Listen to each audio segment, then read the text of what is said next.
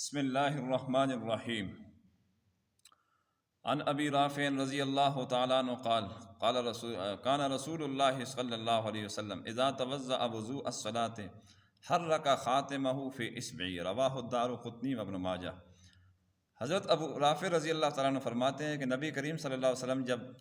نماز کا وضو فرماتے تھے تو ہاتھ میں پہنی ہوئی انگوٹھی کو بھی اچھی طرح حرکت دیتے تھے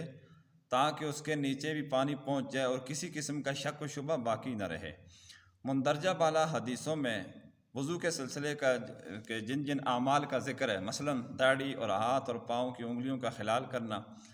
کانوں کا اندر اور باہر سے مسح کرنا اور کانوں کے سوراخوں تک انگلیوں کو اچھی طرح پہنچانا، ہاتھ میں پہنی ہوئی گھڑی اور انگوٹھی وغیرہ کو حرکت دینا، یہ سب وضو کے تکمیلی آداب ہیں جن پر نبی کریم صلی اللہ علیہ وسلم خود بھی عمل پیرا ہوتے تھے اور دوسروں کو بھی اس کی تعلیم و ترغیب دیتے تھے۔ تو عام طور پر جلدی سے وضو لوگ کر لیتے ہیں، گھڑی کو حرکت نہیں دیتے،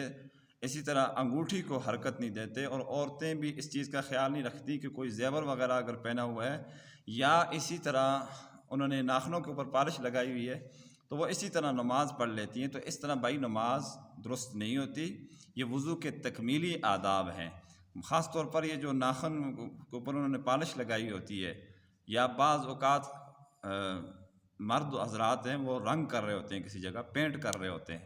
مزدور حضرات، تو ان کو بھی کوئی کسی جگہ رنگ لگ جاتا ہے، پینٹ وغیرہ لگ جاتا ہے ناخنوں کے اوپر، تو اس کو ہٹانا ضروری ہے کہ تاکہ سب کی نماز درست ہو جائے، نماز خراب نہ ہو اور کسی قسم کا شک و شبہ باقی نہ رہے۔ تو اسی طرح جتنی بھی یہ احادیث ہیں انشاءاللہ ترتیب وار تھوڑی بہت آ رہی ہے، میں ساری احادیث تو بہت زیادہ ہیں وضو کے سلسلے کی، لیکن میں ساری نہیں، بیچ میں سے خاص خاص احادیث کو